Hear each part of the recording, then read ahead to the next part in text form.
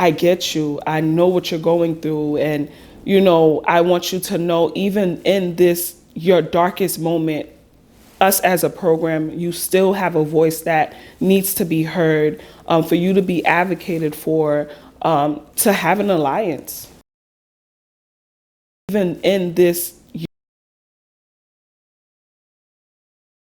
once I became homeless, I knew that I was different from my friends who weren't facing homelessness. Like a lot of times, like people would see like a person that's clean, well presented, and no one knew that I was going back to a till. And I think that when I faced homelessness as a youth, it was a shock for me. Like not everyone that is well dressed or in classes, it could be someone next to you that's facing homelessness.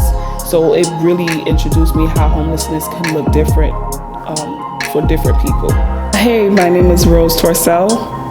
I am 25 years old. I was born in Brooklyn and raised in Far Rockaway.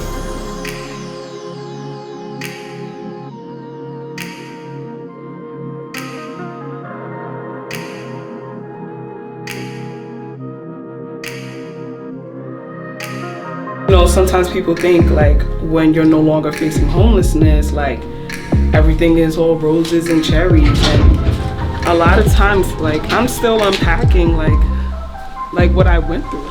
4 years of homelessness is not something that's, I don't know. So I really lean on her for support. You know, sometimes I can't always name the emotions that I'm feeling, or how my mental health is related to like the amount of years that I faced homelessness. I was actually 20 years old when I faced homelessness. So in 2018, it was September 2018, I was a freshman in college, and I remember every day there was a program called CUNY Edge, and every day the program coordinator would come in before professor would start class and say like, hey, you know, we're CUNY Edge. This is a low income program. And if you know anyone that's facing homelessness, this is a place that they can come and receive services. And I remember I used to always walk past that office, and I used to always think like, wow, like I can't imagine like people going through homelessness and in college, not knowing a month later I would have found myself in that same office.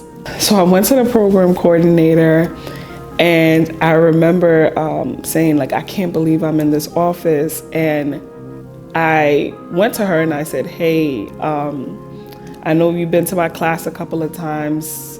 I'm actually in need of services.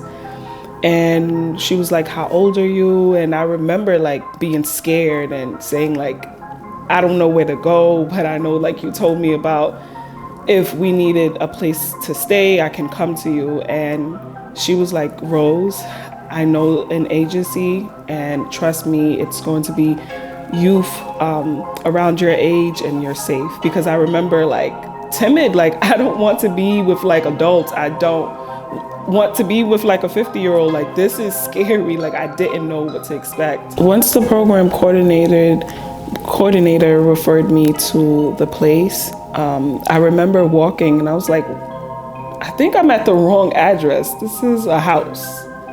And I remember knocking on the door like, hey, I'm here for an intake. And they responded and said like, you're at the right place. And I was just like, wow, like this looks very like family oriented. Just the way they addressed me, the intake, just like the whole environment. I was like, wow, like this feels like a college dorm.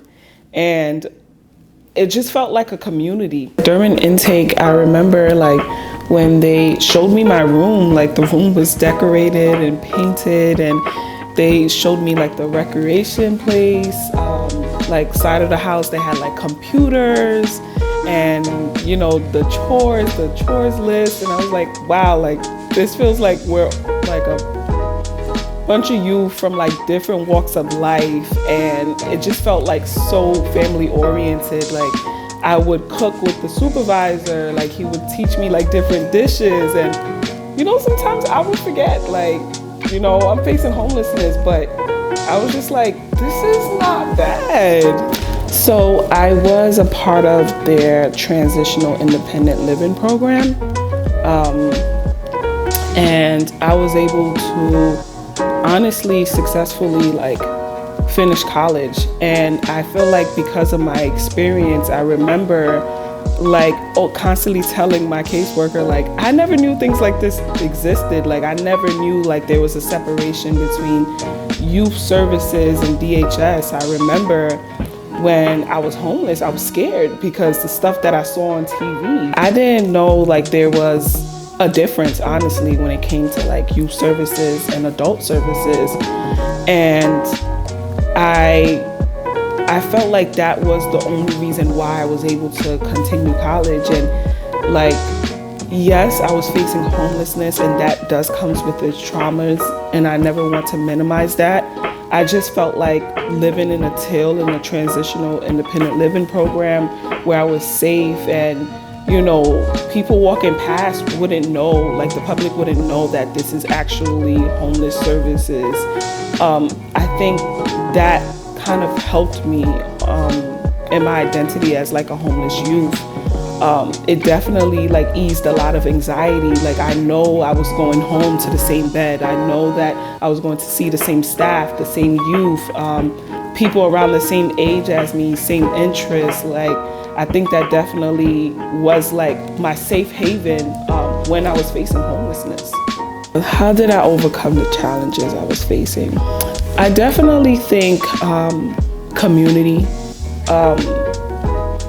whether that was the staff or my peers that were there, and outside community. I know that my school friends was definitely one. I feel the friends that I made there, I was able to relate and gravitate to like-minded people, and just having that safe space within those spaces to unpack, talk about the everyday life of wearing the whole identity of being a homeless youth. I think I had my aha moment many times. I think when I first was facing homelessness, I was actually going to school for nursing. I was pursuing a health science degree, and it wasn't until I realized I like helping people, but it was the way I was being helped. So during our sessions or our appointments with my caseworker, I would say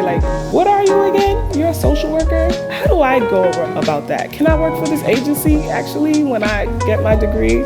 And they actually welcomed it and encouraged me to follow my heart and desire. And that's when I literally went to my advisor and say, hey, I know I wanted to do nursing, but I think I want to look into social work. So I had my aha moments where I felt the love. I knew that they cared about us because we had so much access to the staffs, the numbers, the emails.